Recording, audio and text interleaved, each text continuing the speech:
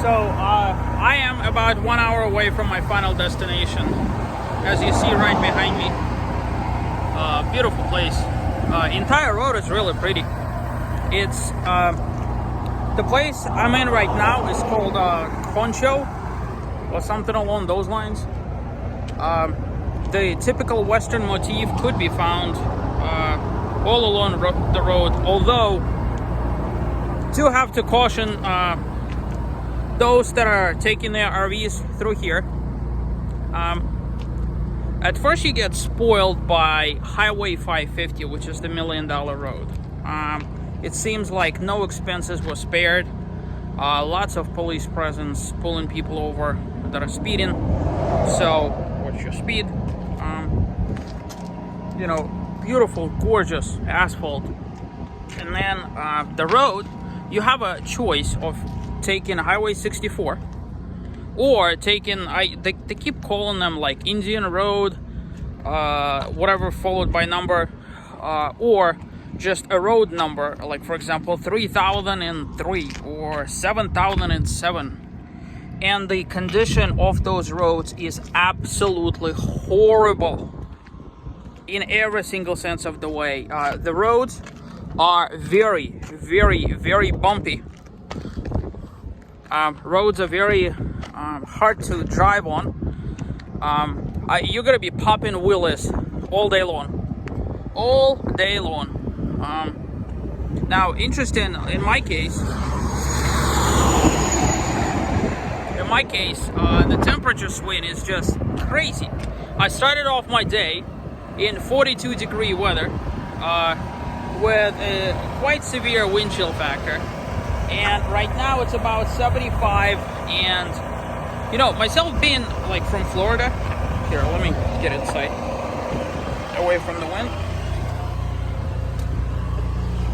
Myself being from Florida, obviously I'm not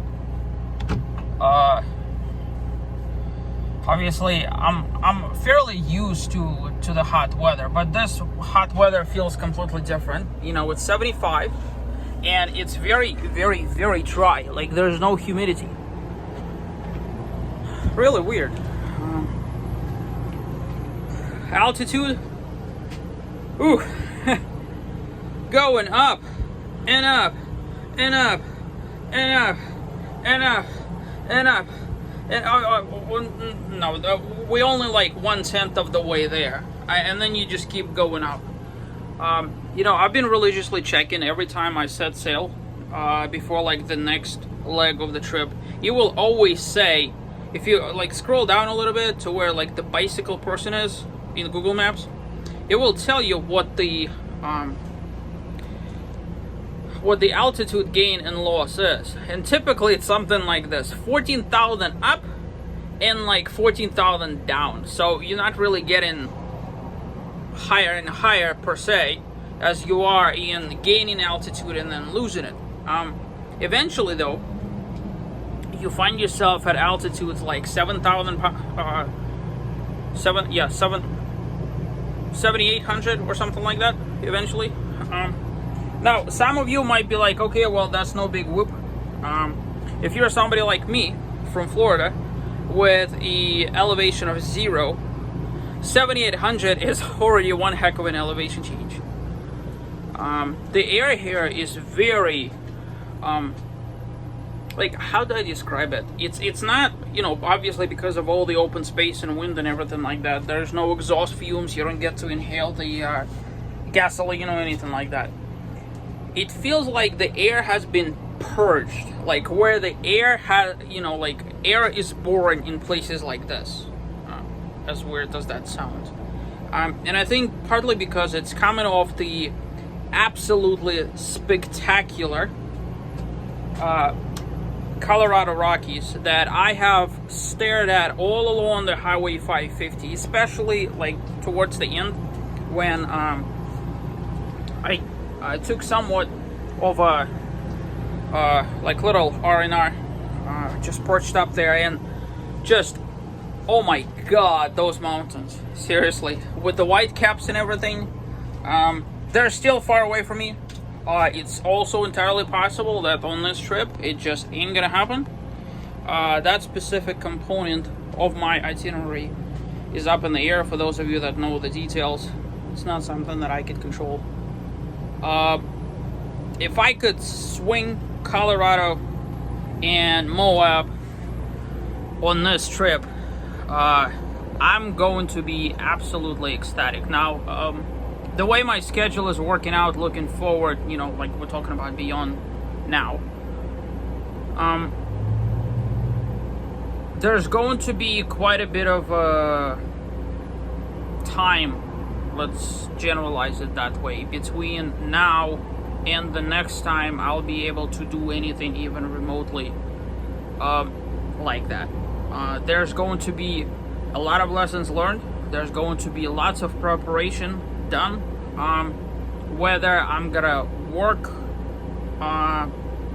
camp, I mean, obviously I have a career, so I'm working from the road on a temporary basis because of this COVID thing, or some other whatever. It's also possible that I'm just gonna hold the RV here, leave it here, and then fly back and forth. That's also possible. But that being said, we also have other plans, you know, like California and the Rockies, and there's all sorts of this other stuff. So it might be a very long time until I get back to Utah and the western part of Colorado.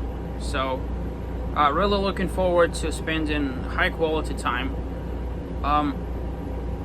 Interesting with all of the ups and downs. You know, I've relocated the top camera up here, and this camera started overheating on me after so many hours. So it seems to me that the GoPros are prone to overheating to begin with. The so-called waterproof setup is wonderful, except for the fact that the GoPro is still overheating, and simultaneously the GoPro is also prone to overcooling, which is bad either way. So it has to be like in the golden zone. So what I did is I swapped the GoPros, I swapped the batteries, I added the microphone because I want to record live my sort of like what's on my mind as I actually begin. But that's about an hour away. I have to swing by the gas station before I get there, and then obviously get the whole parking situation. I'm going to do my best to get and camp into the Valley of Gods. I do have concerns with the there's a dip in there, and that's like the only one. I have to see for myself whether I could actually do it. I could do it with a RV, obviously, but RV plus the vehicle, that's somewhat of an ask. I have an option of taking the vehicle off, but then I need to hike for like 12 miles to, or maybe not 12, maybe 5. I really don't want to be walking 5 miles to the vehicle and all that stuff, if I could help it, really. It would be like awesome to have 2 people here, you know, to like drive together, but at this particular moment, it's just not gonna happen. So what I'm gonna do is I'm gonna get there, I'm gonna check it out, I'm gonna see. If not, I'm gonna mosey over to Goosenest State Park and hope that there's a site over there. I hope. I would prefer to have a site in the Valley of Gods though, because it's free.